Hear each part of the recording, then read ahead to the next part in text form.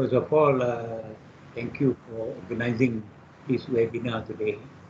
And you have, I think this is the fourth webinar that organized by UTAR, and on a different topic. I mean, this one is today the topic is the importance of documentation for global trade. I think this is where you see now there are quite a lot of problems involving global trade now, in terms of shipping, in terms of ports and other things. So according to the Matrade, until May 2021, Malaysia export volume increased by 47.3%, worth 92.3 billion, and import increased 50.3%, worth 78.6 billion. Our export focuses to ASEAN, China, United States of America, European Union, and Japan. We import from China, ASEAN, USA, European Union, and Taiwan. This shows that Malaysia remains competitive in global trade. The trading community all around the world have created and maintained an intricate and systematic method for the transfer of documents of the goods in international trade and international banking system. Each trade document is different from one another and present the various aspects of the trade, like description, quality, number, transportation, medium, indemnity, inspection, and so on. Proper documentation helps you and your overseas buyer in handling your transactions in all means, including time management, payment protection, claim on loss, etc. Import and export documents are complex, as the number of documents to be filled in is large. However, these documents must be properly and correctly filled.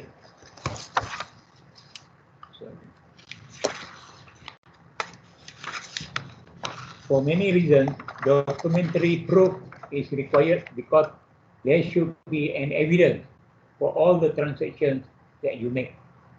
Failure to produce such documentation can hinder dispatch of products by a manufacturer or supplier and can ultimately impede the timely receipt of goods by the customer.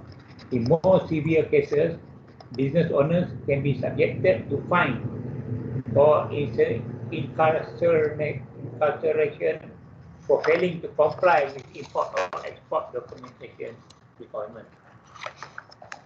Laws, there are laws that are being enforced in this. So there are various laws governing and regulates trading activities locally and internationally, which we need to understand to ensure smooth trade. For example, Malaysia import is regulated by the Customs Act 1962, while in India, Foreign Exchange Management Act regulates the import-export trade. The United States imposes export control to protect national security interests and promote their foreign policy objectives. China's export control law is the first comprehensive export control legislation put out by Beijing starting 1st December 2020. Will tighten up the country's export supervision regime through strict monitoring and imposition of penalties. It will regulate the export of sensitive material and technologies from China to overseas, which have to be carefully reviewed to avoid being penalized. Thus, preparing and organizing proper documentation is extremely vital. Types of documents. So I don't have to elaborate the types of documents. I think all our panelists today, they are, I think, in the position to elaborate. I just mentioned the types of documents that we are supposed to, to produce. In an international trade, there is a time lag between the transfer of goods by the exporter or importer and transfer of payment by importer to exporter. To protect both parties from counterparty risk, a number of documents are created and used. Generally, three most common documents that is essential in any international trade, namely commercial invoice. I think the panelists will elaborate about the commercial invoice. And then the number two is the packing list. Number three, certificate of origin. And the certificate of origin, I'm also the president of the Perak Malay Chamber of Commerce. We were given the opportunity by the Ministry of International Trade to do the certificate of origin. So we can produce the certificate of origin. And then there are also some other documents that are probably recognized by international businesses, such as bill of exchange, also known as BE, an agreement signed by the buyer of the good to pay the seller a certain sum of money on a specific future date. And then the bill of lading, airway bill, also known as BOL or BOL, is evidence of a contract between the carrier, transporter, and the exporter to deliver the goods to a designated party, consignee, at a specific destination in the importer's country. And then the letter of credit, LC, inspection certificate, consular invoice, an invoice that describes the goods being transported. The exporter authenticates the accuracy of the invoice by appearing before the importer country's counsel, who is stationed in the exporter's country. Then the number 6 is the insurance document. Each of these documents play a vital role to ensure smooth cooperation and your interest is protected. And now, last time was, we do a lot of things on manual, but now all on digital. I think digital, even custom now. Last time you got to fill up the form and then you got to bring it to the port, which is time consuming. But now I think it is more efficient. And then last but not least, this initiative by CILTM Malaysia Perak section and UTAR, I would say thank you to UTAR. I think by having this, I think you are exposing and educate the logistic community and any interested party in the logistics and transportation about the importance of proper documentation.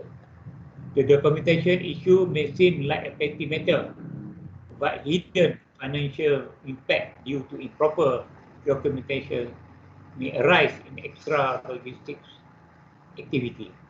In movement of goods, especially when we begin to export or import our cargoes from Malaysia to foreign country or from foreign country to Malaysia, we want smooth flow process of cargo movement, but if overlooked in the issue of documentation, it may disrupt our cargo movement.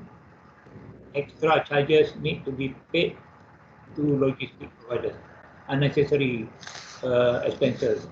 The experience from UTAR alumni who has been working on procurement and global trade shall be shared, and we should learn from their experiences. And last but not least, we would like CILTM Perak would like to thank UTAR for giving us the opportunity to conduct this great opportunity to organize a great webinar.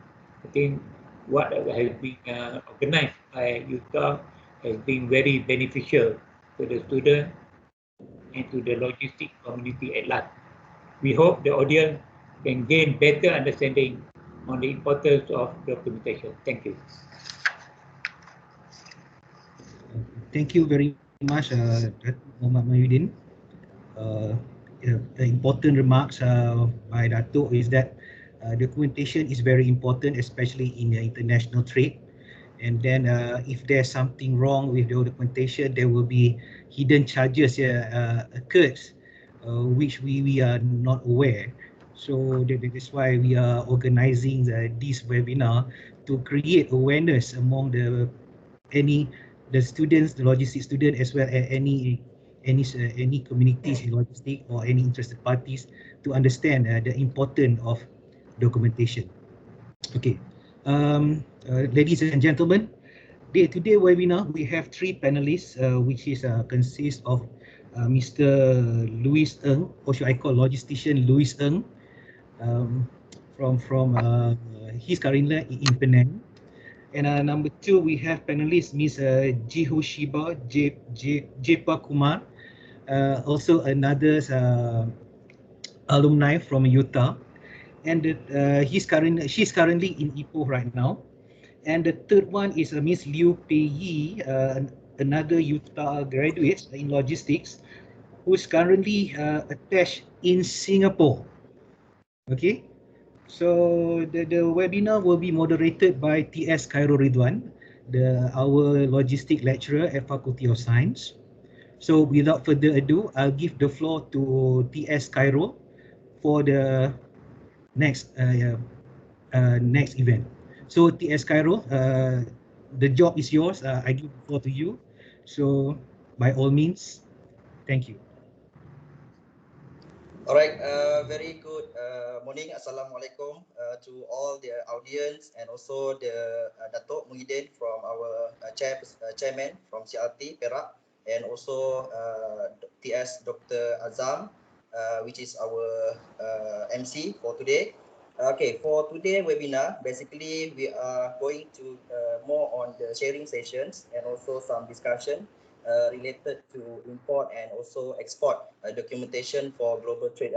So basically, I think Dato' Muhyiddin already mentioned everything about the global perspective and also about our locals related to logistics and also transportation sectors. As we know that now we are currently facing with the pandemic of COVID-19. But I think the numbers for freight movement keep going, and then in fact the numbers are increasing because there is also the demand and also the supply from the people. So the important part is that when we are dealing with the various people in the logistics companies as well as the international trades, of course we need to deal some of the we need to meet some requirement and also some of the documentations compliance in order for us to do the trades locally or and also internationally. So I think we have the three panels here. Two are from Northern, and then the one are from our southern parts in Singapore. So all of them are basically our students, alumni. So we'll like to actually thanks for your participations, and then thank you for continuous support our logistics society. And I think from the Ms. Dr. Azam text me just now. She mentioned that currently we have more than 80 students participating our today webinar, and then another 40% from the audience from public. Okay, so I think so for the audience during the presentation or during the webinar, please, if you have anything questions or you have any important things you want to ask, I think better for you guys to actually keep that one, and then or you can also use the chat box to paste your questions.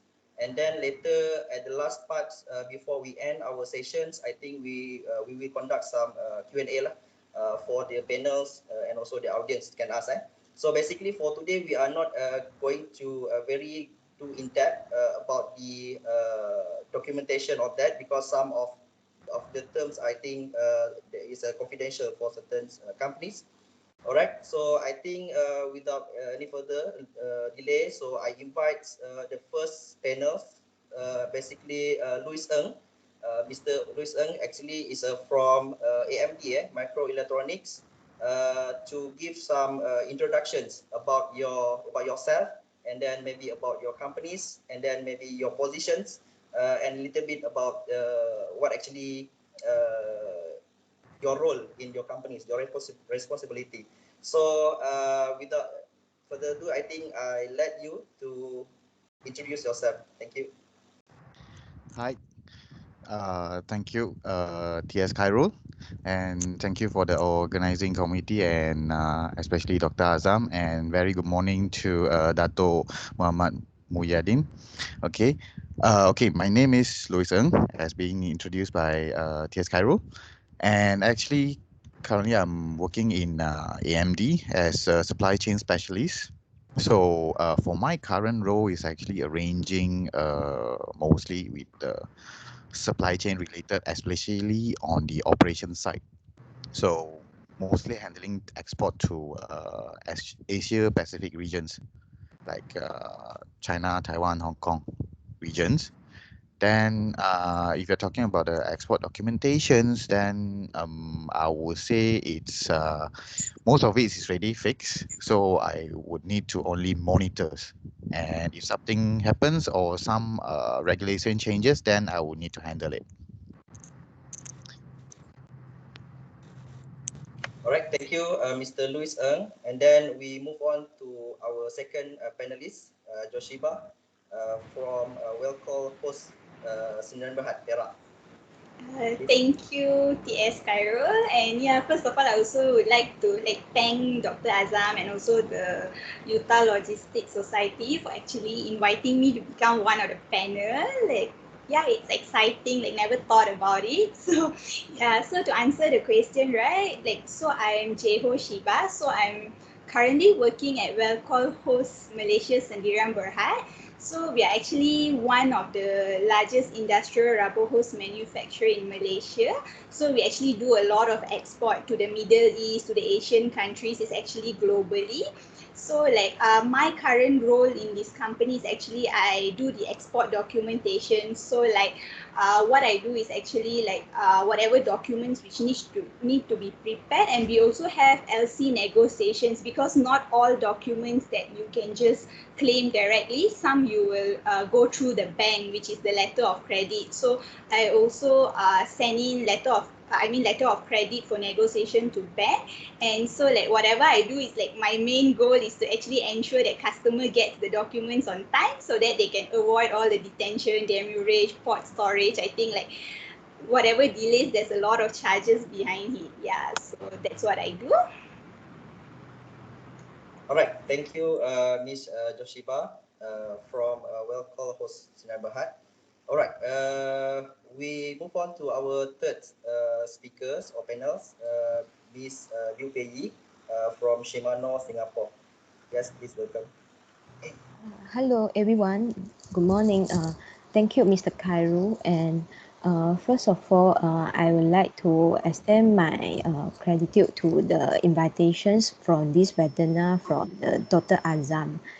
And greetings to our chairman of CILT Perak section, Dr. Muhammad Muhyadin, and fellow LI mentors and lecturers in UTAR. My name is Pei Yi and graduated from UTAR Logistics and International Shipping in year 2018. And currently, as for my role, I am doing as a sales coordinator in Shimano, Singapore, which normally engage in the export sales coordinations with our export customers. And as you know, Shimano is one of the leading bicycle manufacturing industrials in the industry. And for our target markets is normally focused on the Southeast Asia region, which covered of the Thailand, Philippines, India, Indonesia, and also Vietnam and so on. And as for this role, we are normally engaged is from the very beginning for the orders that we receive from the customers, and for the processing for the orders, and we also need to do the sourcing from the suppliers as well as the vendors. And after that, we have to ensure on the orders fulfillments, and as well as processing all the incoming and the outgoing orders for shipments until the end to our consigning so-called our customers. Yeah, thank Alright, you, thank DS you. Khairul. All right, thank you very much for the introduction part from all our panelists. All right, to actually to come into the point for today discussion. So we would like to actually want to know actually the overall process basically from all the panels from the different companies. As we know that our panels are actually from a different backgrounds, the companies, and maybe there is also the different in terms of documentation applied by the companies, and as well as we want to also know about how you actually do the the transactions for actually domestic items and also for the outbound, the international trades. So we start with Mr. Louis Ng. Maybe you can elaborate more in detail about the whole process that you handle as a supply specialist in AMD microelectronics. And then maybe you can also give some what the item that you actually handle. Maybe you are actually starting doing the assemble product, and then maybe some of the item are a bit different, and then how you deal with all these with the different item and so on. All right, so I think Mr. Luis, you can take a floor, and then please because this is because our audience is mostly from undergraduate, so they want to know more better to get the bigger picture, real situations related to import and export. All right, so Luis, please. Okay, thank you. Maybe I'll just share overall my experience instead of like the one that I'm in AMD, because if you're looking at the experience that I have previously, it's actually doing the exportation in Klang also. It's sea freight. So for sea freight, mostly I'm dealing with bill of lading. So bill of lading, that document is actually quite important. If you have a error in it, you might have, not might have, you definitely were having issues of clearing the containers or the cargoes out from the ports when it arrived in the destinations. Okay, so some of the country, they have a different regulation, or some of the country, they might have a really strict documentation requirement. Like if you accidentally put extra dots or accidentally put extra space, you might face problem of clearing the cargo out from the ports. So you need to understand that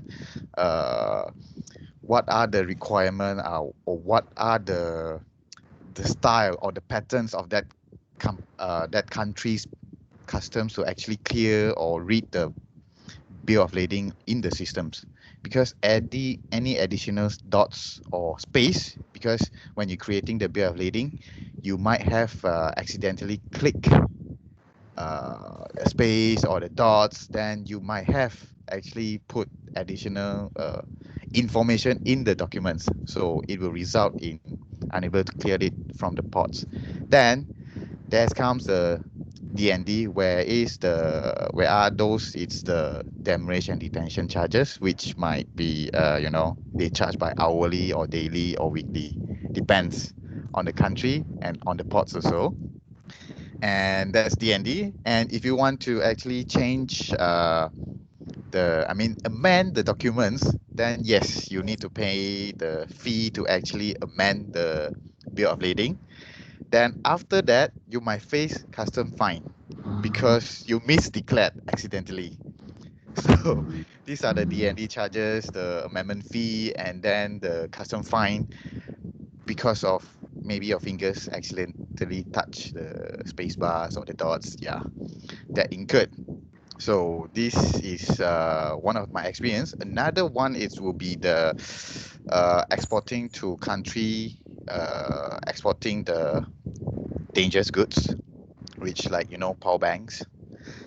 Power banks should be categorized as a dangerous goods. So you need to declare it using the MSDS data sheets, and also you need to declare the COO of it and also the specification of the item itself. So if you're talking about the commercial invoice, that one is normal, not so special cases actually, because you need to declare what it's the item that you're actually importing or exporting to that country. The importing country, they need to know what is the commercial invoice value, the certificate of origins, and also most importantly HS codes. So normally HS code will be provided by the manufacturer or the freight forwarding company if they have the data. So that one is actually important for the tax and duty declarations.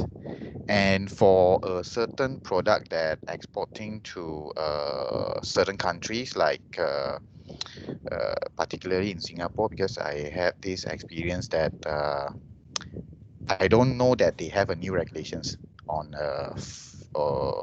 importing a certain marks, because mark is actually food products. I mean, has to be a food grade. So they impose a regulation that if you are going to import the mark into Singapore, you have to apply a food permit to certify that the mark that you're actually going into Singapore is actually food grade.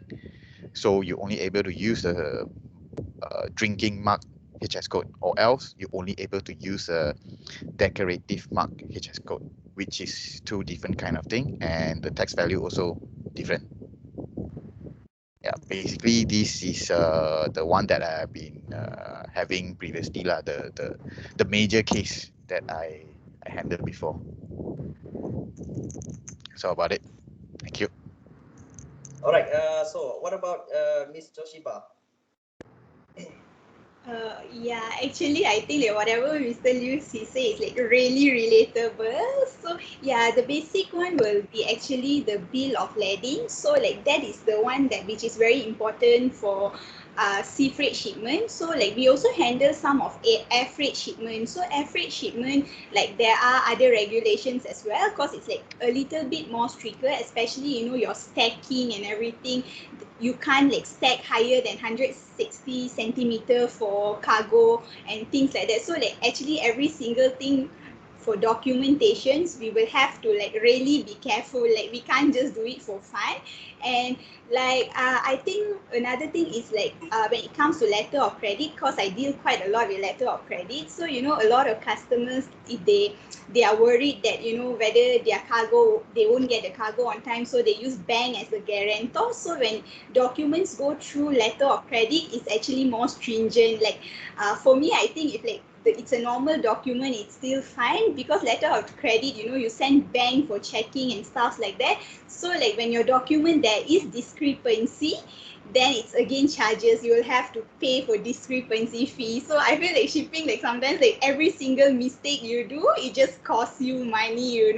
So like so I think like yeah, along the way I even have cases like one of my letter of credit, because I and T looks like the same. So when I type, I didn't actually realize it was a T, but I typed an I. So like yeah, so when to amend, when bank advise you discrepancy, you have to revise your document, because your penalty can go up to USDs and Euro. You don't pay Malaysia ringgit in most of the cases.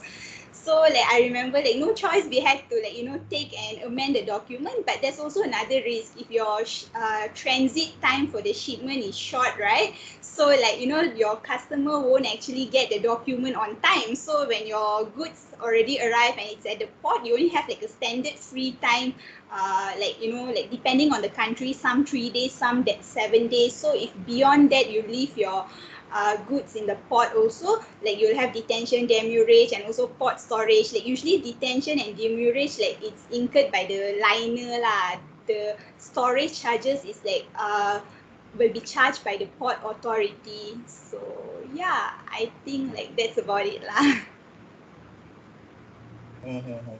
All right, it's quite interesting, because as we know that of course when we doing the international trade, and then of course we also dealing with the different currencies, and then of course we need to regularly check, and then also we need to also sometimes need to make it in a proper way. So we move on to our third panel, Ms. PE. So maybe you have a different view from when you are, I mean, you are actually from Singapore, then maybe you can have give some different perspective how the Singapore's people doing the trades, all that. Yeah, please. Okay, thank you, T.S. Khairul. And there is one important field that we normally need to ensure is documentations. And I think just now Mr. Luis is explain more about the bill of lading, and Ms. Shibas is explain more about the lady of credit. So I think I will explain more about the inspection certificate documents from KSO. Because of from my previous experience, is the import of our LSG product, which is big shots, JC and shots or growth to our Indonesia customers. And on the arrangement itself, I just understand that for the materials that consist of the fabric matrix, that we will need to do the pre-inspections for the items before we can proceed for the shipping arrangements. Yeah, this is because the items that consist of the fabric matrix, right, they are required to be inspected by the surveyor.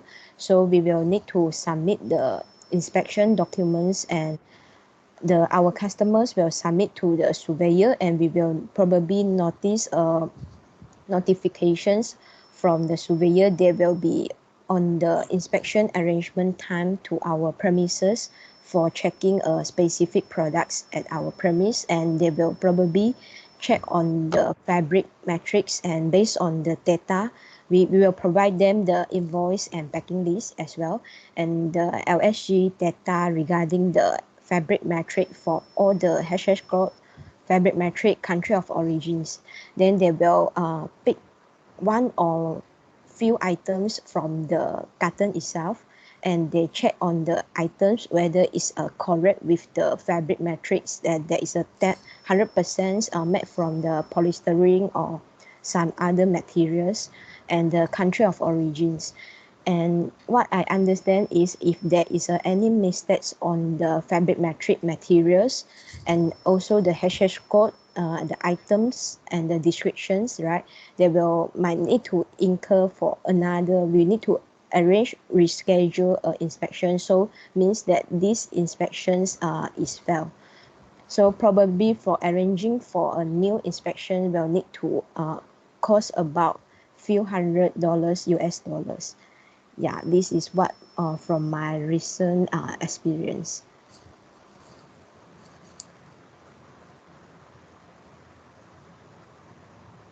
All right. Thank you, Ms. PE. All right. Basically, we already know about the basics documentation related to normal transaction. For example, like you mentioned about the notice of arrival, and then maybe in terms of manifest, and maybe in terms of bill of lading. And any of you handle something related to A-freight?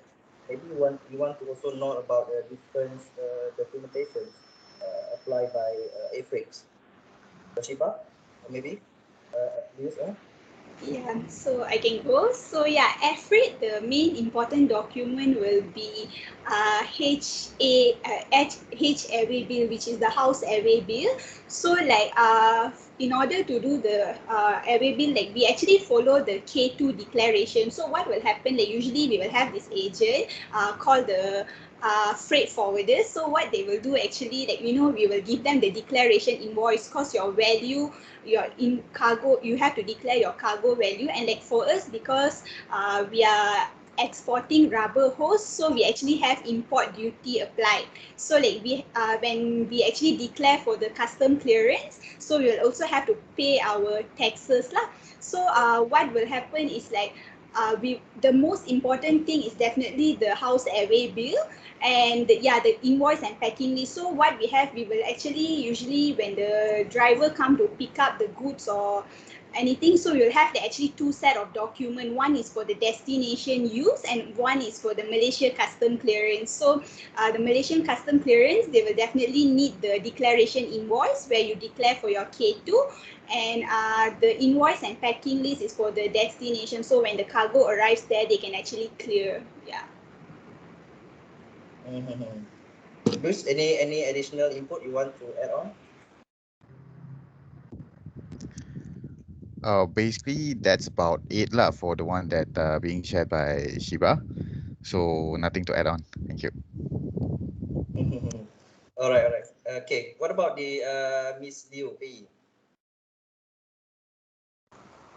For the air shipments, yeah, I think basically is what Miss Shiba shared with, but just to add on lah, because for the air shipments, normally like we have to firstly we have to prepare the invoice and packing list for the cargo itself, and also we need to ensure that the items that declare is under which payment term lah. Sometimes there will be a DTP or DTU for the customer sides. So it decide that the payment is charged to our side or the customer sides.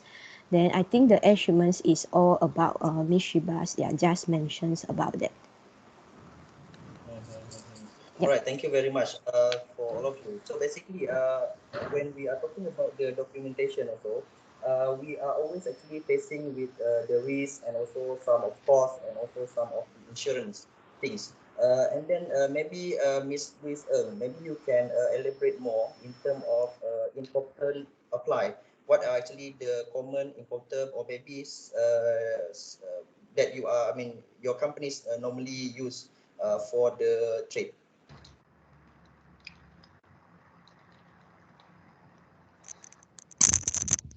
No, normally my company will be using it's either CIP, Xwork, or DDU for my current company. So in my past experience, normally will be using DDP and DDU. So different terms that actually will have a different arrangement of the transportation, also the supply chains handling. And of course, if you are going for X work, then it's easier for the exporter or the seller. It's you basically produce the item, you have the item ready, and then you ask the buyer to actually pick it up using whatever freight forwarder or the agent they would like to use. Yeah.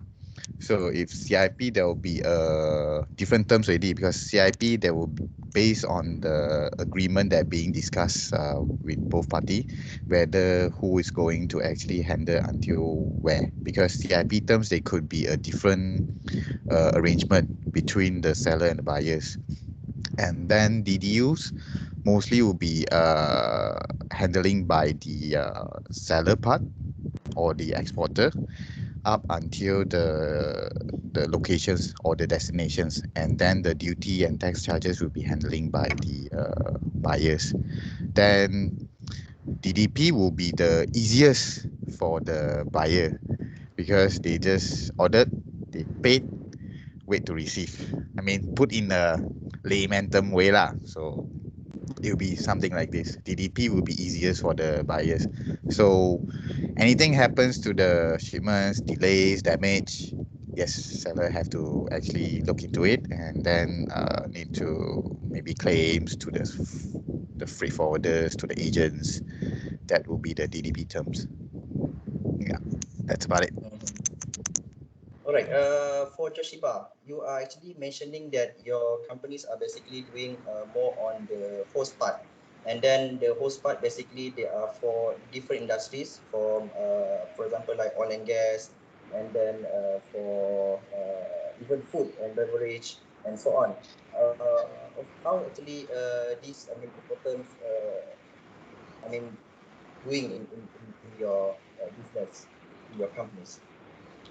Okay, so actually, like my current company, we actually what we do is like we use FOB, freight on board, CIF where you need the insurance, and CFR and also X-work lah. X-work, like what Mr. Liu says, is the easiest. Like for manufacturer, we just produce the good, then like they settle. Cause shipment, right? In terms of arranging for the shipment, we have two. Like one is nomination, one is freehand. So when it's under nomination shipment, right? So the our importer or customer, they will arrange the freight forwarder or whoever they want. But then like when it's freehand, we have the choice. But sometimes there are pro and cons for both lah. So it's like but when it comes to CIF, then we have to get them the insurance. So without the insurance, then it will be troublesome for the importer lah. So I think like the terms play a very important role, cause like through the terms we decide what are the documents we need to give them or what are the extra things they need. So yeah, but mostly we use like FOB terms lah. So FOB terms in the sense that like it's freight collect. Yeah, so actually right, even when it comes to bill of lading, we have like a few type, you know. We have the original bill of lading, we have express release, which is the seaway bill, and another one is telex release. So that also determines how your goods will be cleared at the port. So when it's original BL, right, what will happen, like for example, I'm preparing the document, so I'll have to send it to the customer, right? So only by the original bill of lading they can clear at the port. So what happens if the bill of lading go missing? So it's actually a very serious issue, because your cargo is at, you know, few $100,000 USDs and stuff like that. So anyone with the bill of lading, they can actually clear the goods. So what will happen if like our original BL goes missing? We will actually have to report lah. And then the second one is like the telex release. So telex release is like we give permission for the agent to release the goods without producing the original BL, which means like you inform lah, like who is the which party do you want to release the good. And the last one is like seaway bill. So seaway bill is non-negotiable, so only you can release to the person that you already agreed earlier lah. So yeah, I think that's about it lah. All right, what about Miss Peggy? Okay, for us, right, for our shipments, we are normally using the free on board FOB Incoterms for our shipments. And for the FOB terms, right, we are only bear for the handling fees that out to all the arrangements when the cargoes that before the port of loading. Then after all the cargoes that leave out on the ports itself, right, will be bared by the customers already. And we normally, for the insurance wise, we normally don't have any for the insurance for this lah. So based on what I know from the arrangements. All right, thank you very much. So basically, actually, the students, because our audience is mostly our students, so that you have to take note for any, for example, like the documentation, especially related to this cost, risk, and also who need to bear the cost, some of the cost. So you need to, I think, you have to, for to prepare you to for the real world. I think you have to remember all the terms. Because currently we have about 10 to 11 terms for important. All right, so we move on to in term of technological apply. As we know that the technological also is another in-use things that can actually in term of documentation process. So in your opinion, how actually the technology is being influenced into the documentation management process for global trades? Mr. Liu?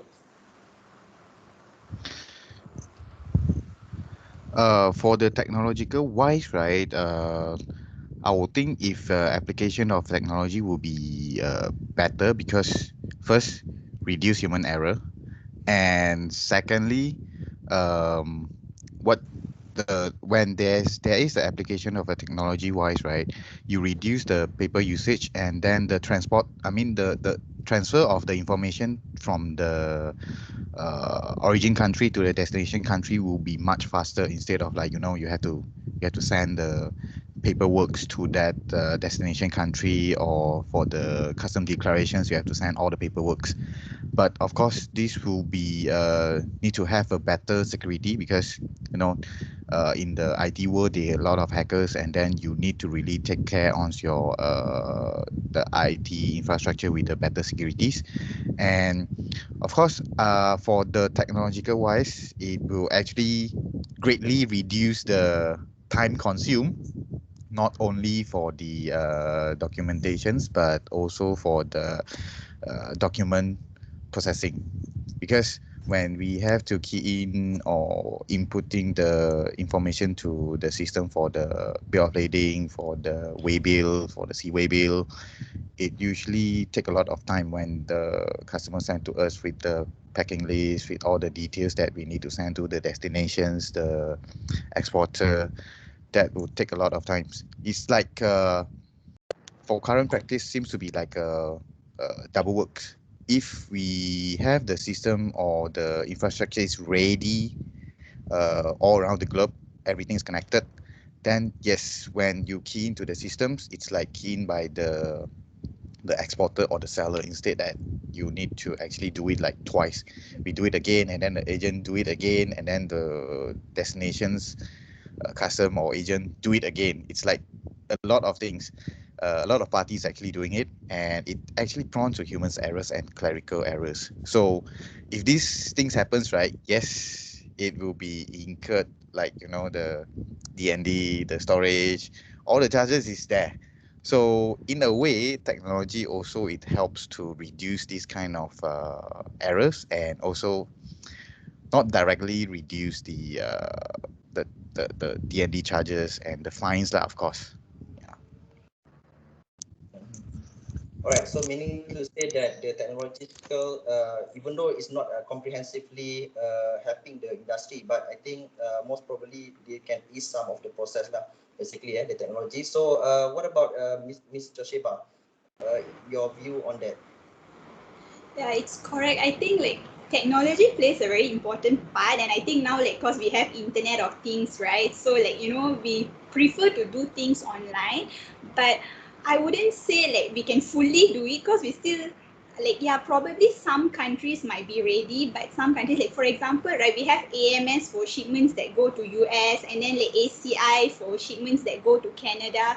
So like these countries, they require the manifest to be submitted like 24 to 72 hours earlier. So like but there's a challenges for us also because we are manufacturer, so if your goods are ready early and everything fine, you can give the details accurately. But how if last moment something go wrong? So like if you want to amend your AMS or ACI charges, right? I mean the filing. So later all that, it's another extra charges, and it's not cheap also. Like we heard, like it will be in USD or stuff like that. So even even if like we implement the technology fully, also it still costs. Like we still got to pay the cost, probably even higher than we do manually. So yeah, I think like that part lah. I think others, like I agree totally with what Mr. Luis said.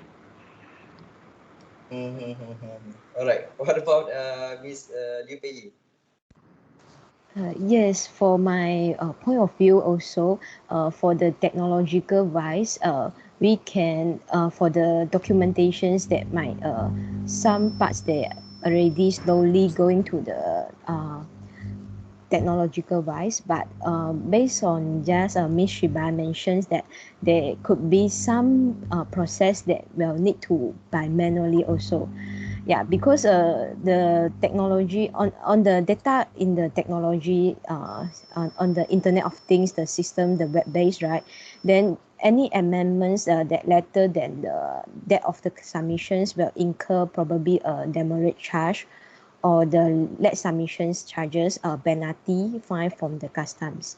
So for the manually, right, because when we are trying to input the data into the web base for the declarations, it is also a time consuming as well, and it can probably reduce on the human mistakes based on the, because we have the copy and paste functions that could be on the reducing on the human mistakes. But for some urgent cases, there could be a chance that we still need to do it manually.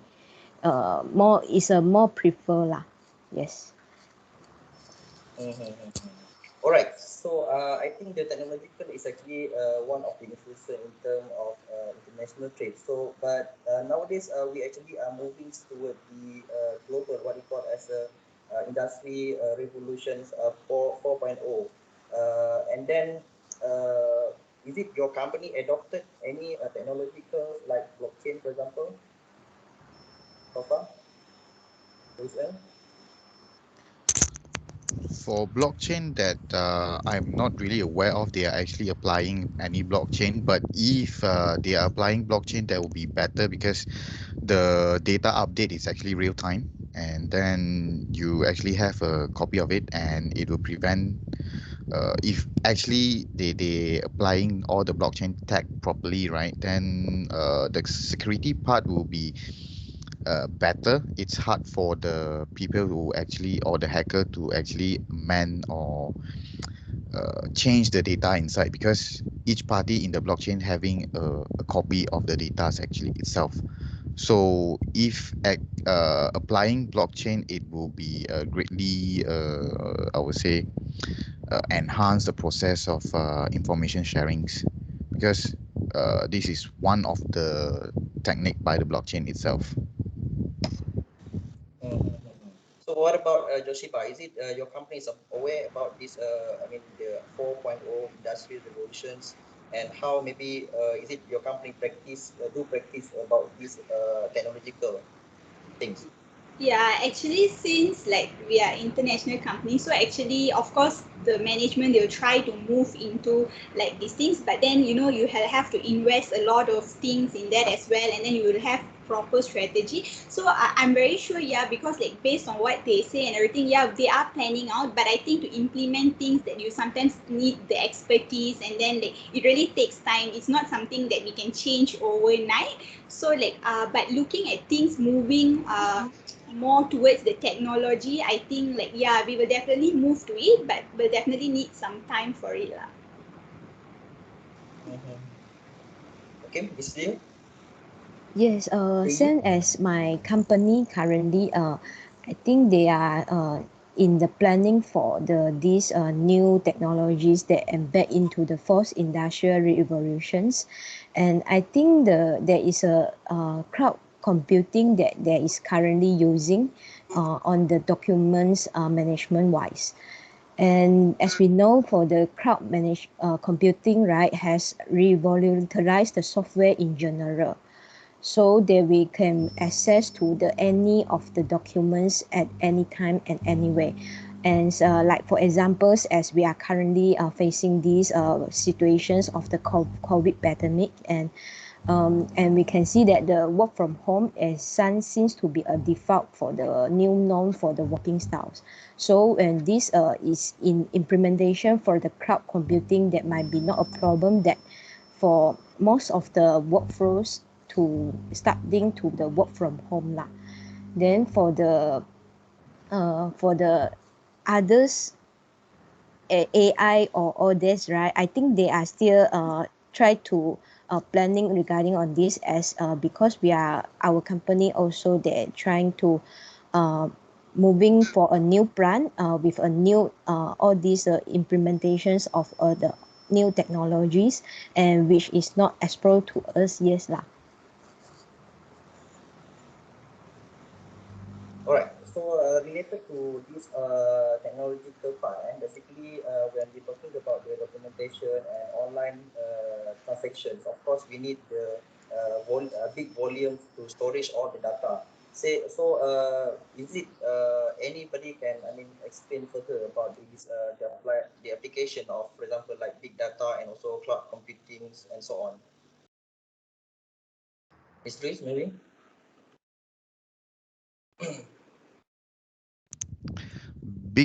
For big data and cloud computing, it's I mean, for my current company, I don't aware that they are actually applying that, because they have their own server and also their own, you know, VPN to actually handle all the database and communications and all. So I'm not sure whether it's part of the considered as a part of a big data or not, because if you are talking about the cloud computing, definitely they have their own servers of it, so can consider as a part of cloud, I guess, because most of our data is actually stored in the servers. Yes, any add-on from Ms. Josepha maybe? Like for my company also we have inbuilt system, so I'm not like aware if this is part of big data, but yeah, because during this MCO and everything, like we have to move from like working from home and stuff like that, right? So like the information have to be shared, or else how do we access it from home? So like yeah, we have inbuilt system, but I'm not very sure if it's considered as big data. Yeah. All right, Pei.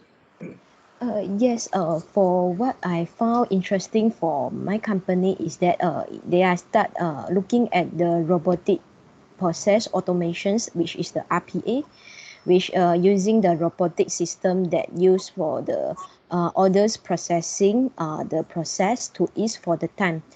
Because previously we have to like they have a busy outload, and that one can save of time, but the information is not up to date. So we probably will need to wait few hours for the informations to be get to receive the real data lah. But with these implementations that for the orders processing, we can able to retrieve the real data after the completions of the RPA is being uploaded, and they have a notifications report that for which, because we are normally inputting for every items that have to need to key into the systems to our suppliers and the headquarters for orderings, and they have errors that for the items if they found that is indefinite or incorrect, so the one we will need to check against their data whether is they are ordering the correct parts, or they are there is a country's definitions for different parts for the item codes. Yeah, and I think for the orders, right, there will be also because we normally for the orderings, then they have a allocations of the possible, that means that they will based on the orders that will arrange for the productions, will based on the orderings to arrange for the production schedule. So once the production is on schedule, then the orders will be slowly with release possible that for the orders. Then for the order approval, right, there will be also another RPA system running to check against and approve accordingly. Yeah, that's all about that. All right, we come back into the documentation process. Basically, when we're talking about the documentation, we also looking into in terms of the transparency and also in terms of the integrity. So maybe Luis, maybe you can give some view on that particular related to this transparency and also integrity part in terms of the international trades. The transparency of the documentations in international trade. Yes, okay. For for previously, in the international trade that I've been handling, right, it's more or less will be like you need to declare it properly, especially on the pricing side, to the custom and also the receiver, which is the buyer lah. Because there are some, for what I know, there are some company they will declare it like lower value just to avoid that, to avoid tax. And if it's, company, of course, they want to pay lower tax to actually reduce the cost that being charged to the company's operations. But for these kind of things that happens, right, I do know that some company, they are actually doing that. So it's not really a good thing, because if you try to purposely declare it lower, and then later on when the custom actually figure it out that your item is not as per declared, then yes, it will actually having issues on the exporting, importing. That's only the custom side. And for the accounting side, of course, they will check on your accounts also why you declared it lower. Is there anything like, something fishy at the backs? It's without letting the parties knows. Or why are you declaring so low? Are you try to exporting something else instead of like per declared in the papers? So they will actually raise suspicions from customs, because I remember one of the shipment from Malaysia to Singapore also. The custom actually noticed that one of the line, the item declared it's quite low, but that one is actually the manufacturing side, they able to cut the cost until that particular pricings. So we declared it in that way. So it actually raised the concern of the custom in Singapore. They actually run through a thorough inspection of the cargo itself, like being hold for 1 day to have inspections. And then at the end of the day, we declare accordingly. Everything is according to the pricing, all the invoice and all those. So at the end, they just release the cargo without any charges, custom fine. So what about Joshiba? From your experience, any situation that you are facing about related to this transparency and also integrity? Okay, so I think like one part I kind of like about my company about this. I remember when beginning I entered this company. So one thing that my boss actually told me, he said like, you know what, we are a listed company. So whatever we do, it has to be transparent. We don't want to get into trouble with the customs or any of the bodies. So what we do is that, whatever we declare accordingly, so far I never really faced any issues where we have to do funny things or what, because in the end of the day, if you get the penalty, right, it's probably so many times more. Like, it's better you just declare properly and do things right, because I think later when the auditors come also, you'll have issues in your auditing. And then and plus our goods, we have the import duty or the cess. So you got to just pay it all properly, or not, then that's another problem. So we won't only kena from the customs, because cess, it's actually the industrial rubber punya stuff. So so far I don't face that issue lah. We follow the SOP, yeah. All right, from what do you call from Shimano. Yes, for us, right, we also quite follow strictly with the SOP, standard on procedure. And also we try to obey every rules and regulations that implemented from the exporting countries. And we will try to prepare all the datas and make the matchings on ourselves first before we providing to the relevant parties. And I think from the recent shipments, there is one the customers is requesting for the air shipments. Then we are for the air shipments is probably cost around 5,000 plus Sing dollars. But in the end, right, the customers is accept for that lah. So we based on the cargo volume and the cargo weight to arrange for the air shipments. So the shipments, it probably cost around 5,000 plus, and we are declared according to the carton and the gross weight and the dimensions is in a correct way lah. Is we doing the right things and for the documents, and we try to ensure everything is in order and defined. Because I'm looks here is very important in terms of transparency and integrity, because we actually trade not only locally, and then we also dealing with various people, and then we don't know actually what happening around and so on. All right, we move on to the next question related to, for example, like when we discuss about trade, we need to deal also with the government agency, for example, like the customs. All right, related to custom process. So maybe Luis, maybe you can explain further about any maybe in terms of the barrier, in terms of the process and so on, related when you are dealing with the government agencies like customs process? For my past experience, I mean up until now, for the custom side, what I'm dealing with, it's only the duty and tax only. But normally duty and tax, it will be as per declared, unless the custom side, they were thinking that, okay, this HS code is not tally with the item that will be declared, because there might be a slight differentiations or slight difference on that particular codes for this item that going to export or import. So sometimes they will say, oh, this is not exact, the exact HS code that you are going to declare. There will be another under another code, which might cause the duty to be a different rate to be charged to the things that being import or the item being export out to the countries. So for what I've been dealing, it's sometimes they will say that they will mention that this item it's supposed to declare under this instead of this particular HS code. So there will be the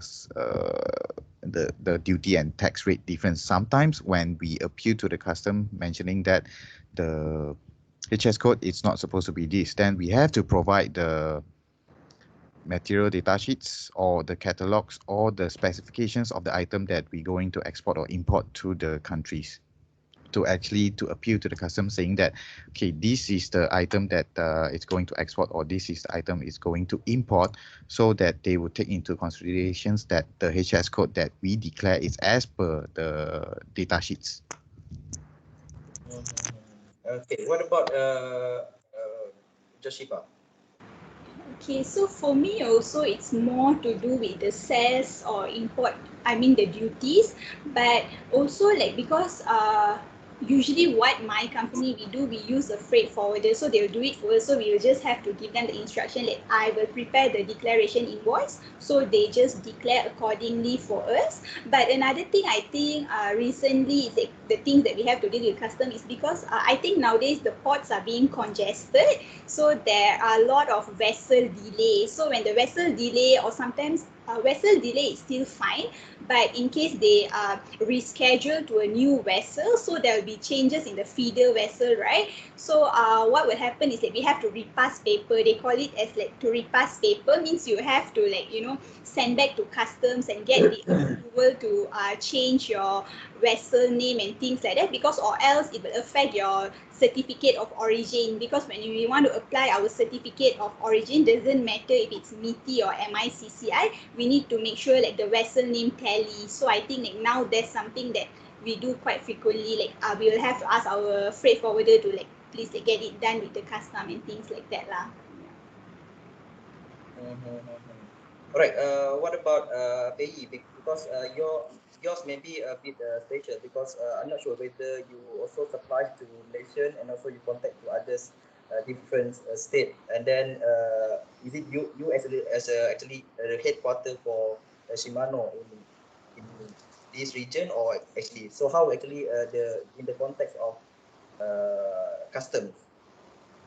Actually, for the Shimano, right, they had that in Shimano Singapore is a regional sales office amongst the all, and for the headquarter, I think is located at the Japan, and for the currents wide the customs government's agency like the corporations, right. Previously, I don't have much experience regarding on this, but I could share one is a recent shipments. There is one case is just shared just now is we need to do the inspections, and the one we need to submit the documents to the KSO Singapore.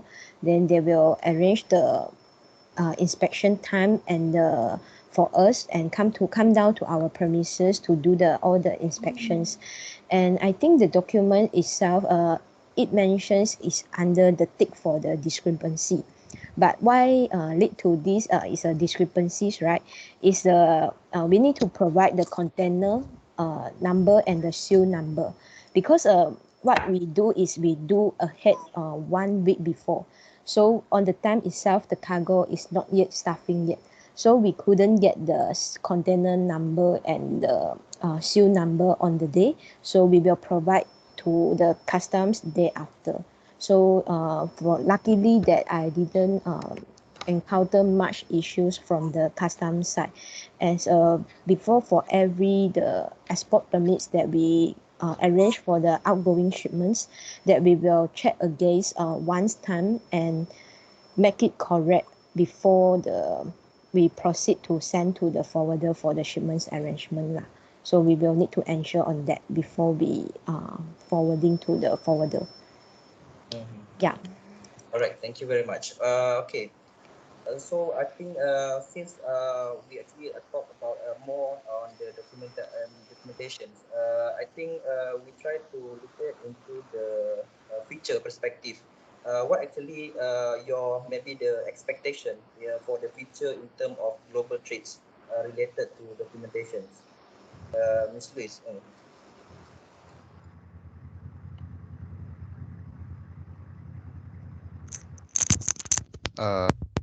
Sorry, come again because I was handling my company's request. Sorry. All right. Actually, because we are now, actually we are moving forwards to the future global trades, and then what actually from your view is that what actually the expectation for future in terms of documentations in the overall, what it can be in the future. What I think will be for the futures, right? For the documentation, why are we going to more or more on the internet base, like less paperwork, but more internet base instead of like we have like a lot of papers we are uploading all the paperworks. Yes, we still have the paperworks for the recording, but it's not on the physical papers anymore. They'll be reduced greatly because first it's a push by this pandemic actually. Because if you need the paperwork, right, that you need to become face to face and all those, so now it's pushed by the pandemic to moving forward from the paperwork paper to paperless right now. So most of the things will be done like online, and then even for the custom declarations, and then even for the some of the company, they like the forwarding agents, they are having the digital signature in their device instead of like having airway bill or the consignment note or the paper document for you to sign it off.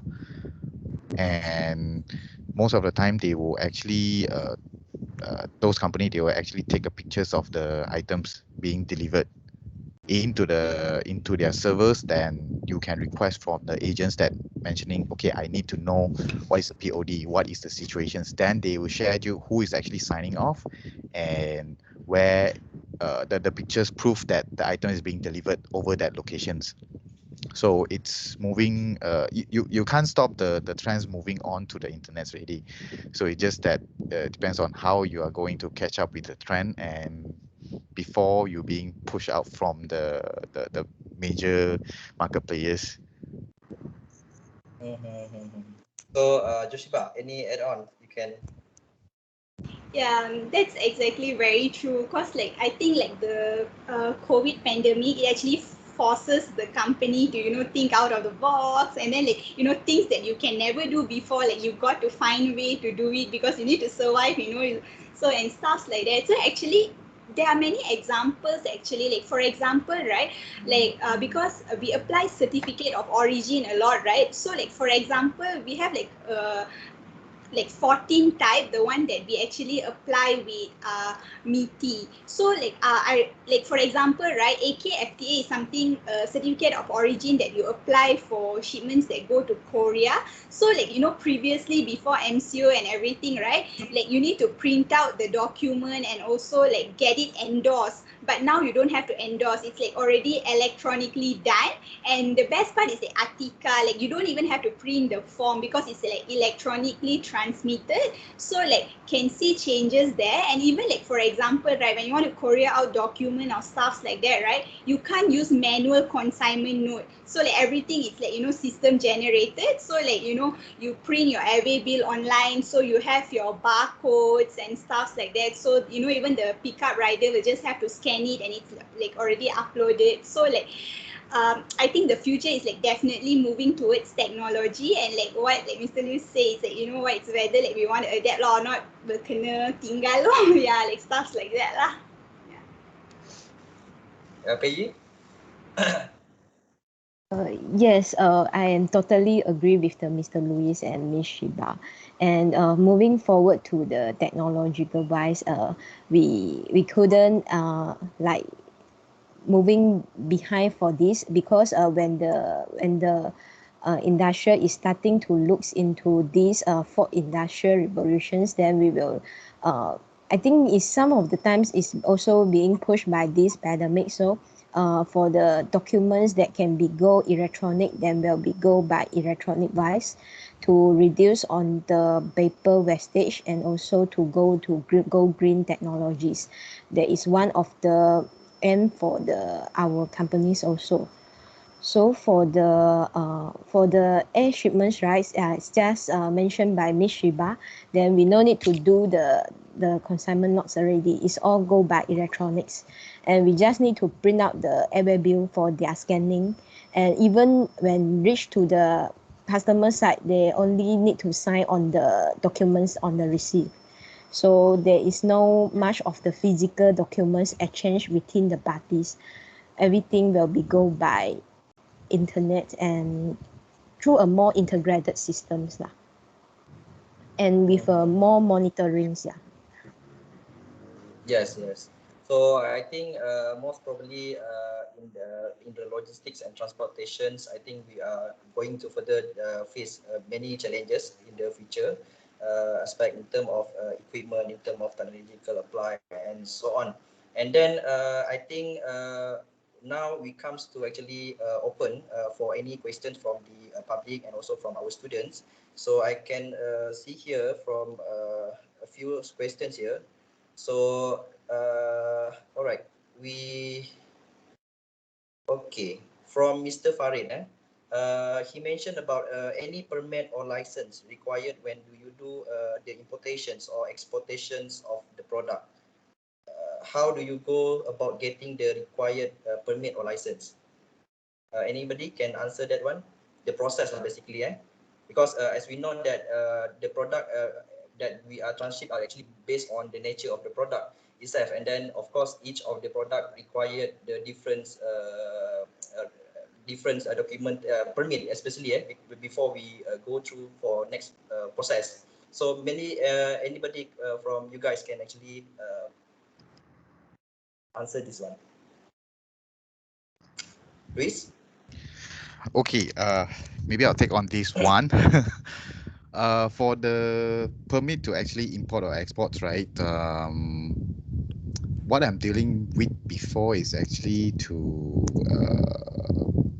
export to Singapore, which is the one that I mentioned just now, the export of the mugs, which is a food grade mug to Singapore.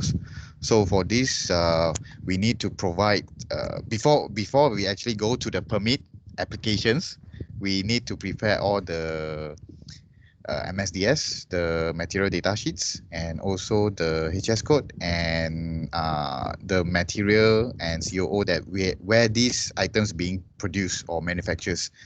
Then we have to submit into, because that time the company is actually exporting to Singapore, so we have to apply the permit to import into Singapore.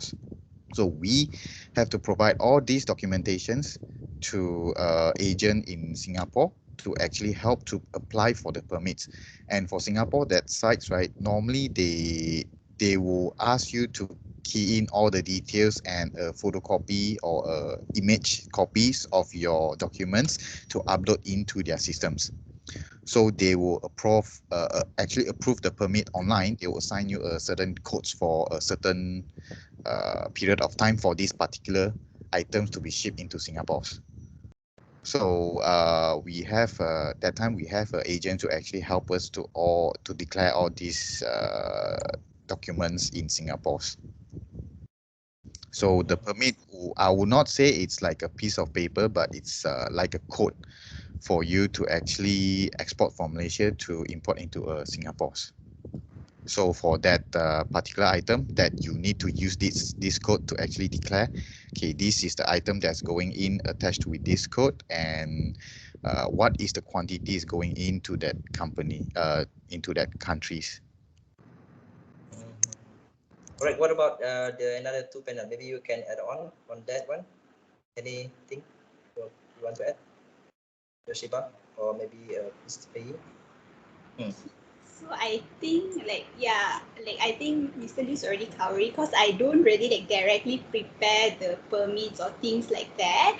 But yeah, it also falls back to your company's nature of business, because I think when your company operates, they have what they can do and can't do under their license, right? So back to it, if your company can export, then you can export. But in another sense, that what Mr. Lewis said, we also need to know the another country's requirement and then fulfilling that particular country's requirement. So it's back to we will have to sort out what are the documents we need to tell it in particular. I'm not so sure about it as well. Yeah. All right, Pei, you want to add? Yes, same for me, but I can add on about one of our customers in Indonesia.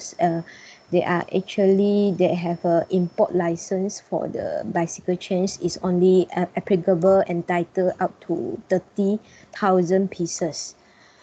So I think the license is applied by the company itself. So I also don't have much experience on the license apply. Yeah. All right. We also have the second question from Yo Hakun. He curious how the common is it in scanning barcodes and QR code to replace the manual entry of the item in the shipment. Anybody can answer that one? Sorry, how can you repeat the questions? All right. How common is it the scanning barcode and the QR code replace the manual entry system for shipment?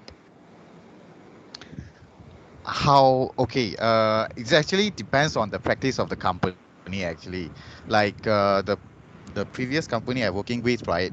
Initially, when I joined them, it's they were started off as a startup, so everything is paperwork. You have to write, you have to print, you have to tick. So it's actually time consuming. And I am lucky when I joined them when they are actually a startup. Then in the process of converting from handwriting, printing to barcode systems, it takes about 1 or 2 months to actually implement the system to make sure that it will actually integrated to our system and also our forwarding agents and couriers API integrations. So it actually helps to reduce the times and also, of course, human errors like pick and pack. So if you have a barcode for that one, it actually reduces the human errors because every items in the packing list, it has the barcodes or the serial numbers that will be actually tallied to the orders that you need to pick and pack.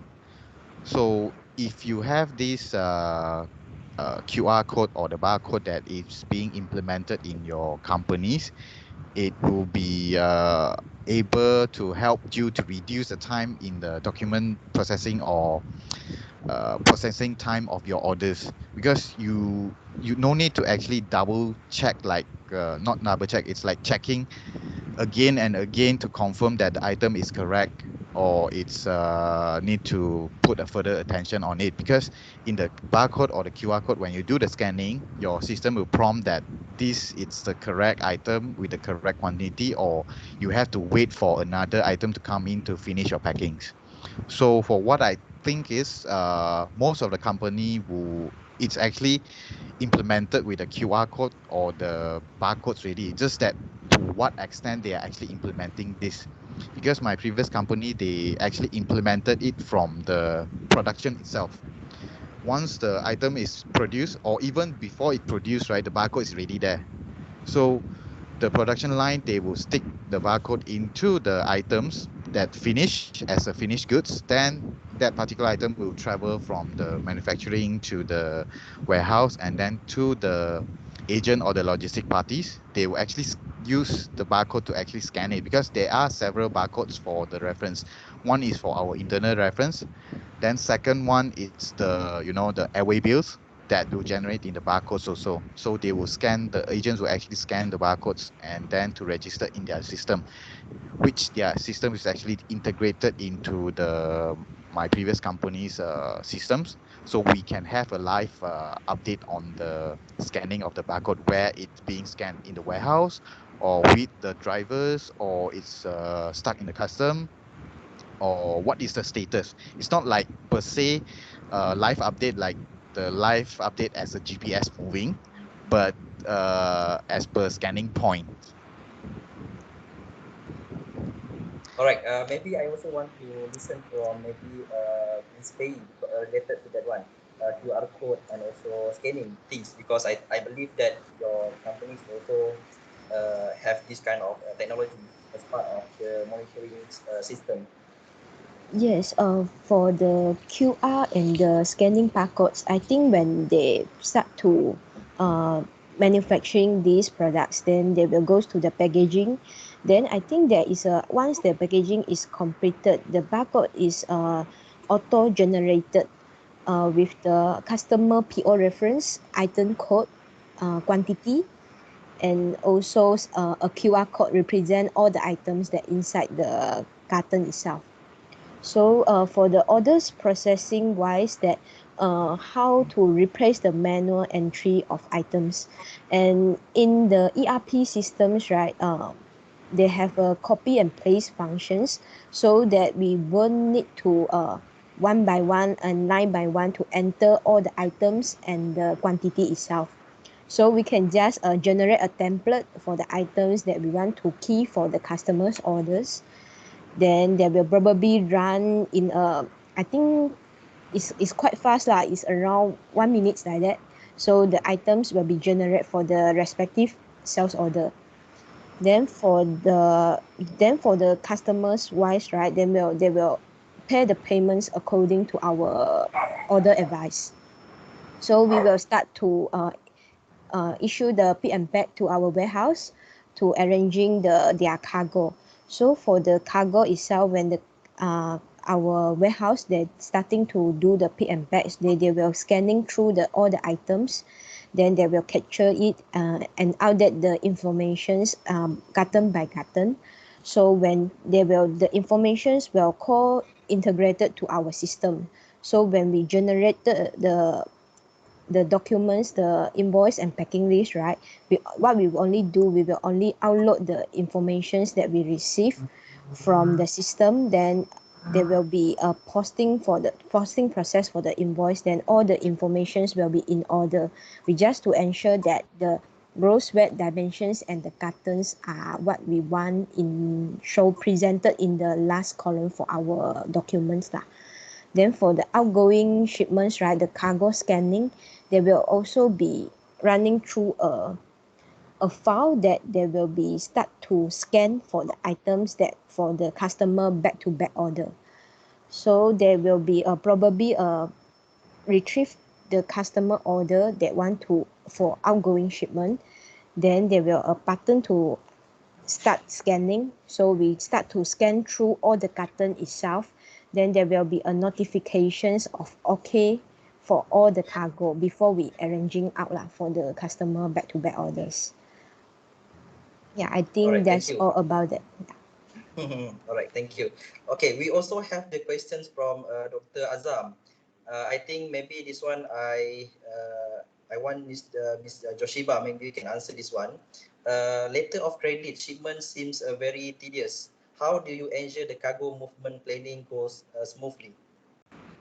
Okay, so yeah, letter of credit can be really stressful. When I get any documents with letter of credit, I'm already like, I got to start planning ahead, cause like especially if it's a short transit time shipment. So we have some shipment, like for example, like going to Bangladesh, China, or like that, less than 1 week. So like, you know what, for example, like when the vessel already on board, right, like you only have like 5 days, 7 days before the vessel arrives. So what happened, and the um, quite challenging part, some of the countries, right, they don't have the free days also, you know, especially if your shipment is LCL cargo, then you don't have free days. So yeah, it's time to panic actually. So what we will do actually, like we need to push the agent, because it depends on the terms, you know, we have two terms also, freight prepaid or freight collect. So freight collect, you need to make the payment, then only your agent will release the original BL. And if it's freight prepaid, then they will release it as soon as it's on board lah. So we will prefer doing it freight prepaid. So like, you know, the agent send us the document and everything. But even if they send, imagine today the vessel depart, they can't advise us today itself. They only will advise us the earliest tomorrow. And some agent, they'll even take time to drag and stuff like that.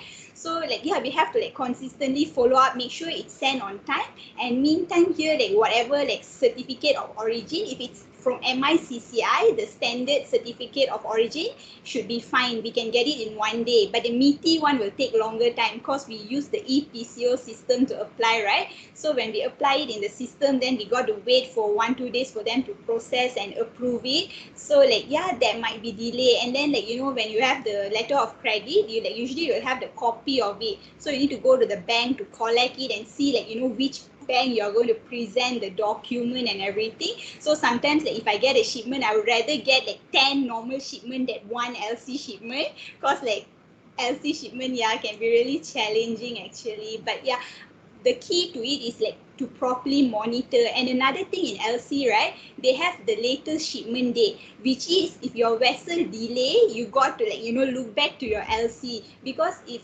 it's over the latest shipment date, you will actually fall under discrepancy. You still will have to pay the discrepancy charges. And the more serious issue is that we need to monitor the LC expiry date. If you overlook the expiry date, your whole LC can be void and you might not be able to get your payment. Yeah, so yeah, monitoring, I would say. All right, thank you. Okay, we move on to the next questions from our audience. I think Liao Changkang. He has two questions basically. They are specifically mentioned here to Miss Liu Pei. So Miss Liu Pei, how actually you came across to work at the Shimano Singapore? Actually, because I stay in Johor Bahru, so that because previously for the Singapore the countries, then I stay very nearby to the Singapore, so I just came across to the Singapore for working. But I know for this pandemic it's very hard to come into the working, because all the permit and the declaration that we need to submit to the MOM and for the approval. But as for me, because I am working for this company since already 3 years, so I also have rented a room here over here. So I think I stay over here before the pandemic start in Malaysia. Yeah. All right. Okay. Thank you very much, Pei. Okay. Actually, Liao Changkang also he asking about related to CLT. Basically about how to be a member of CLT and how much to pay for any membership fees. This one I think Yeah. a bit out of context, but I can give you some view on that. I think you have to always refer to our CLT Malaysia website, and then from there you actually can download the form, and then you have to put your particulars in the form, and then you have also to submit as well your CV, and then the committee member will evaluate on that, either you are supposed to be as a CLT member and so on. So they will evaluate from that. So anything they will notify lah. So you can always comes to the CLT Malaysia to ask any question related to this membership lah. All right. Okay, this one is from the lecturers, technologist Karuna. how do you manage the insurance claim part with your forwarder? Anybody? Maybe Luis? Insurance claims, it's really a headache part, honestly speaking, because when shipments damage, right, you have to file a claim and you have to provide the pictures of the damage, and then of course you have to provide the cause of the damage. I mean, the items values and how many items or how many cartons being damaged and what is the severity of the damage. Then you have to file a claim to the agents or the courier company to actually ask them for the compensations of the particulars uh, items or the shipments. But normally when you are purchasing the insurance, normally you have to put all those necessary document properly to smoothen the process of the claim.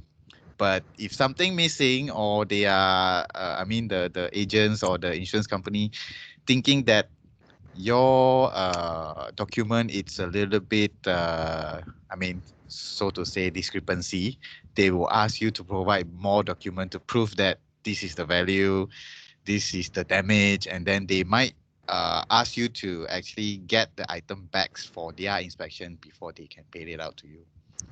I mean, this is one of the things that being happened before. So yeah, it's really a headache process.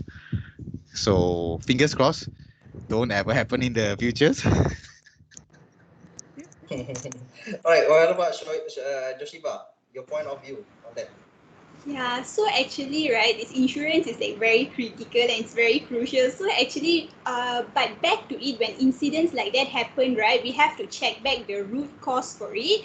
Cause like, there are cases, right? For example, like for example, if shipment is going to Singapore, then we will use a truck lah. We don't need air freight or also sea cargo movement. So what will happen, right? So when the truck goes, right, we have to check, in between whether they got transfer the goods to other truck, because we insure under this one particular truck, but sometimes drivers, they want to, they want their profit, so they end up consolidating, so it's no longer a problem. So we need to inspect, because when we send out the goods, right, of course the store side, they will take the picture and you need proof, because if anything happen, then that are our supporting documents. So like, when the damage is done and the lorry is different, it's like we have customers that they are very particular. For example, right, you say this is the lorry going to deliver to the premise, suddenly in between, like, in like JB, they want to change lorry or things like that, it's strictly a no lah. And plus, like for example, sea freight shipment, right, we have feeder vessel and mother vessel. So our document should show both. If we just show the feeder vessel, but during the transshipment there's any issue, will also be a problem, because whenever there is like transshipment port involved or an extra vessel involved, your premium for the insurance is also higher. So like, these are the things that we have to take into account and make sure like we don't mess up at the start, because or not, it's like very difficult to claim in the end. So it's really headache. Yeah.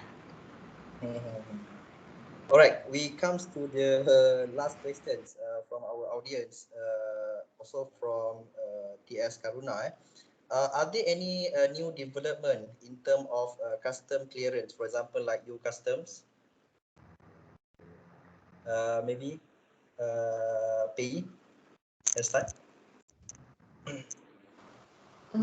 Hello, for this custom clearance, the developments for the new systems, right? I think I don't have much knowledge regarding on this, because there is done by the custom team. So I think I cannot share much experience on this lah. Sorry about that. All right. Yep. Maybe we can move on to Luis Ng. I think you can add on it. Okay. For the custom, if the custom they change the process, like what I am been dealing with is because custom change of process, right? Normally the destinations buyers or the agents, right? They will they'll tell you, or they'll send an official letter or email to you to mention that these countries' customs, they require 30 days in advance for the declarations, not the actual declarations, but they want to know what kind of item, what is the quantity that is going in. So it's like 30 days before your actual shipments depart, meaning that 30 days before, even 30 days before, your products might not even being manufactured yet. So you might need to actually plan it out in your supply chain team or your operations team to actually get the data sorted out to actually to fulfill these requirements, because like the custom changes, we cannot tell the custom say that, oh, no, you can't do this, but the customs is actually, they implemented this or in a certain manners because of maybe their change of policy, their change of processes. So what we need to do is we need to plan it out on how to actually to fulfill the requirement of the customs, because the custom changes of the policy or the processes, right? We really have to check with the agents or the freight forwarding or the buyer in the countries, because you don't know what will happen in the custom itself. And then another things that I've been dealing with, it's actually exporting to Vietnam. Initially checking it's with the buyer is no problem, but when the items arrive in the country in Vietnam, then suddenly the customs say that no, I need a permit to actually import books. If you don't have the permit, we don't allow it to enter into the countries. So that things is actually having a headache for 2 weeks to actually apply for the permits and to actually get it done. It actually takes time, especially we have to communicate with the Vietnam customs, and it's one of the language barrier because I don't speak Vietnamese. So we do get a help from the agents also. We have to contact with the agents over that side to actually get helps to actually smoothen the process of the permit, because according to Vietnam customs, right, for this particular item to get into the countries, right, the buyer don't have the permit to actually import these particular books. I mean, they want to print the catalog books, so-called catalog books. It's actually the I think it's biomedical machineries catalog books that have to go into Vietnam's.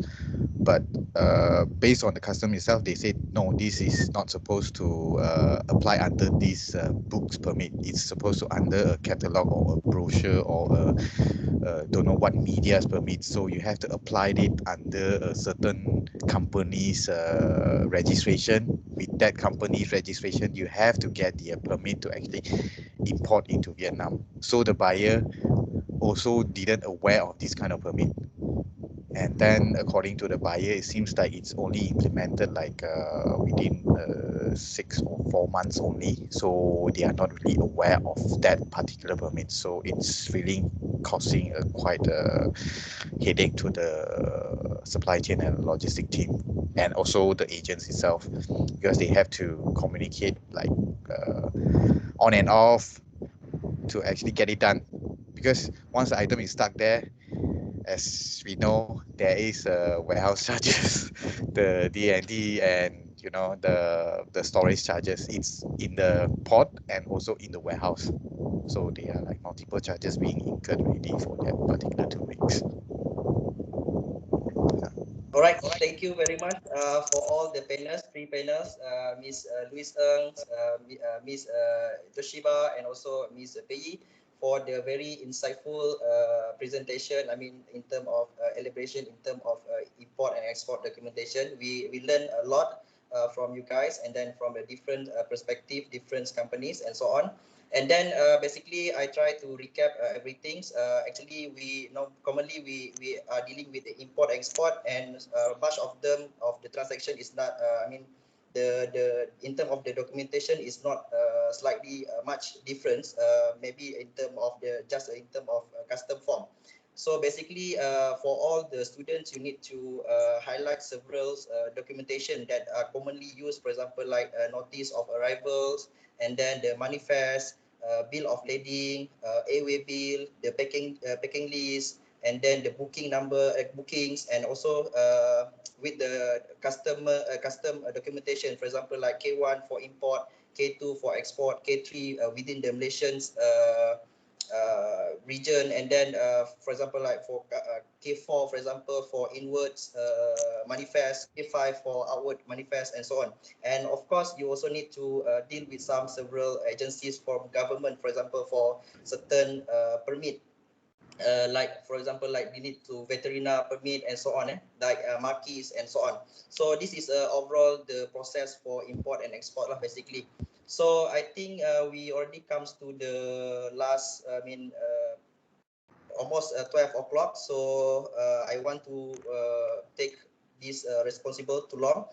So maybe I need some just a short remark from Louis Ng, Miss Joshiba, and also Piggy Girl about it. Maybe each of you maybe give some 1 or 2 minutes to encourage our students about how they can participate, maybe some encouragements related to logistics things. So maybe Louis Ng, you can give some final remarks for them. Okay, for import-export documentations, when you look at the documents, don't panic. Figure out what the documents is about and what are the requirements about the import-export, especially on the documentation that you need to declare or you need to apply for the permits.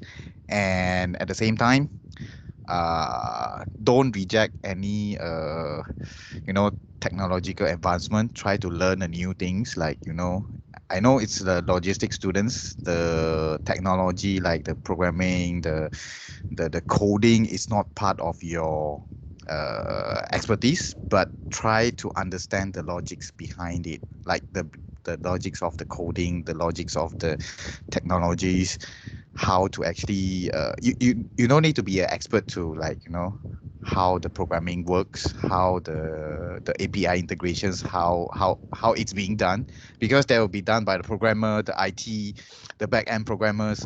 They will handle that, but you need to understand the language that being spoken among them, because you need to actually communicate all these you have to speak the programmer's language lah, because they don't understand logistic language.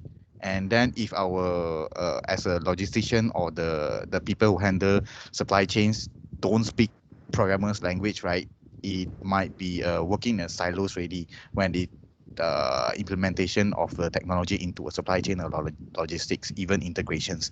So if you no need to be a pro in coding, I would say just a basic knowledge about it, then you able to communicate when the company offered you opportunity to actually handle the integration into the systems, especially integration of agents system into your company system, or your system need to be more efficient, I would say. Then you need to communicate in a certain way. Yeah. So don't stop learning, even though you are graduated. Learning never stop, to keep you young. Okay, Miss Joshiba. So yeah, from my perspective, I would say actually along this way when we are in university, I think that's the best time to actually pick up so many things, even Excel. I remember first I came to this company, right? Of course I know the basic Excel, but when you are working, you really, you got to really know formulas or a lot of stuff, or not you are making your work late, we want everything to be fast, we have cut off for everything. So even when you get the time, probably it's good to pick up Excel skills, or even I think one thing is the most important thing in logistics is communication skill, because we deal with so many parties, so it's we always got to know how to approach people, how to talk, because you want your things to get done, so it's very important how we actually approach people. So I think university is the best place, because we have a lot of friends and stuff like that. So it's and I think the most important things we should be always willing to be teachable, because I think like sometimes when we come to the industry, especially new company, people have like so many ways of seeing things. So like I remember like, like even in my previous company, bosses say like when people come, you are so new, then you want to comment on things, but rather than commenting on things that try to learn and see the motive behind it, and then like of course if you can do something to improve, then you give your input. So like I think one thing that is very important is like to always be teachable and also willing to learn new things, because the logistic industry over the long way, it always evolves. So like like we have to constantly be ready for change and also to actually go with it, because or not we'll be left behind. So like we got to get the pace right. Yeah. Okay, thank you very much. All right, Pei, Miss Pei. Yes, all right. Because previously we graduated from the university, we learned all the theoretical knowledge from our lecturers, Mr. Khairul or Mr. Azam, and because that one is more on the theoretical knowledge.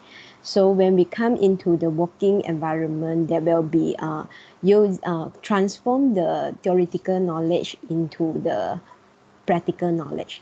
So we will start to do the things that is practically, then we learn the mistakes from the things that we do, and we try to, because for the shipments wise, right, for the logistics and for the shipping industry, there will be a need for us to ensure all the details are in order.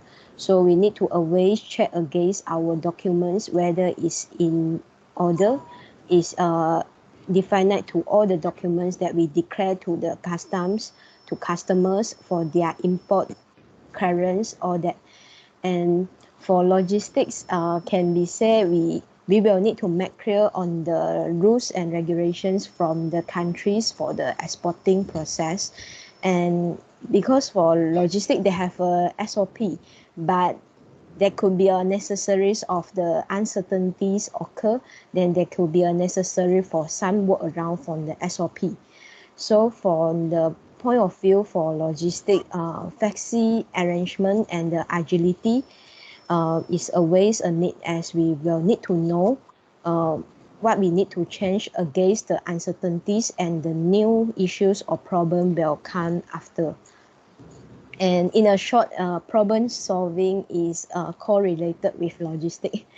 And because for the logistic wise, we will meet some of the issues in the against all along the way of the shipment arrangements.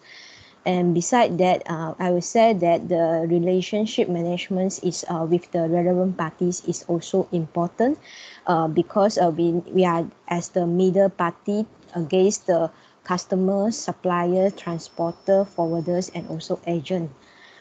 Yeah, and because all these informations with the outdated information about the delay notice or the arrival, we need to react fast. Because if they have any delays of any delays on the export clearance of the import clearance, that might probably lead to demerit charges, penalties, and also a custom fine. So I think, and also I think that there is a willing to learn is very important. Then we can learn. We will try to learn everything that your superiors is willing to teach you, and because learns most of the things that is good for you also, because that might be knowledge on the new technologies, also technological innovations, which could make you more understand on this, why this technology come into the picture for is this process. Yeah, that's all for my comments. All right, thank you very much. A very wonderful closing. All right, I'm actually thank to all the audience for coming and your presence into this and also your participation in this webinar.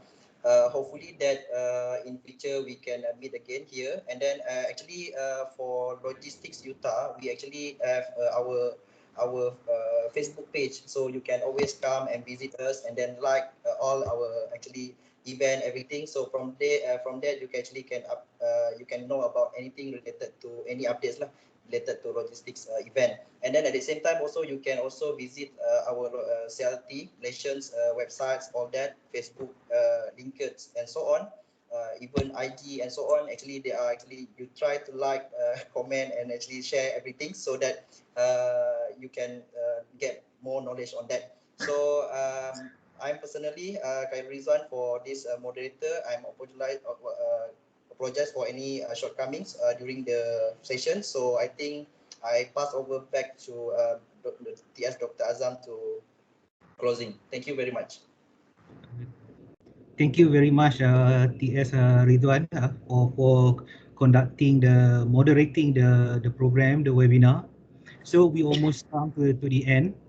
So before I end this session, I would like to take the pictures of all the participants for the participate in the webinar. I appreciate everyone could switch on their camera, and I would like to take the pictures as a mementos of this event. Okay.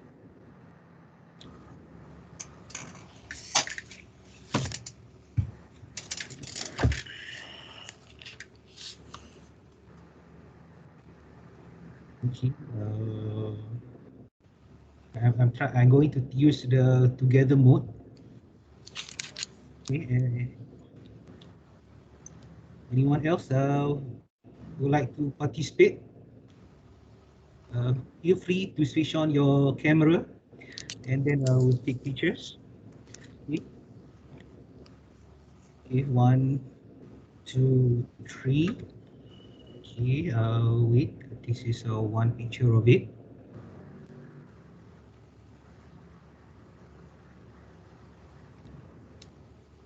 And then one more pictures.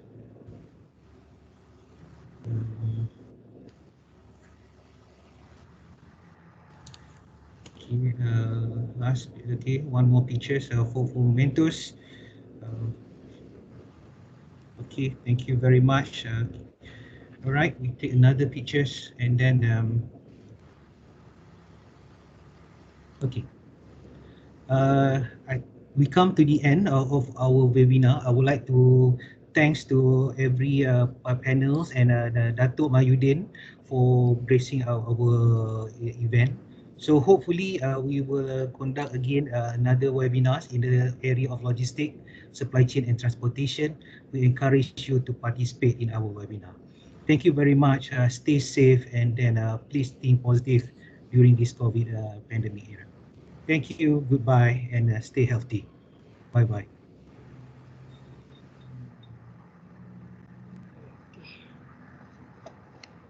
Terima kasih, Datuk.